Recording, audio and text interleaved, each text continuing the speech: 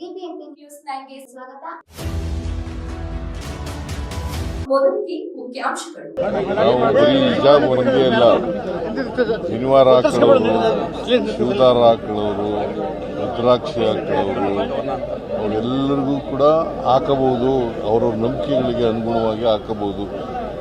Up to 12th standard ಅವ್ರಿಗೆ, ಅದು high school ಇರಲಿ, ಕಾಲೇಜ್ ಇರಲಿ, ಪ್ರೈಮರಿ ಸ್ಕೂಲ್ ಇರಲಿ, ಎಲ್ಲಕ್ಕೂ ಕೂಡ ಅನ್ವಯ ಆಗ್ತದೆ. ಕೇಳ್ತಿರೋದು ಕೇಸರಿ ಶಾಲ್ಗೂ ಅವಕಾಶ ಇದೆಯಾ ಅಂತ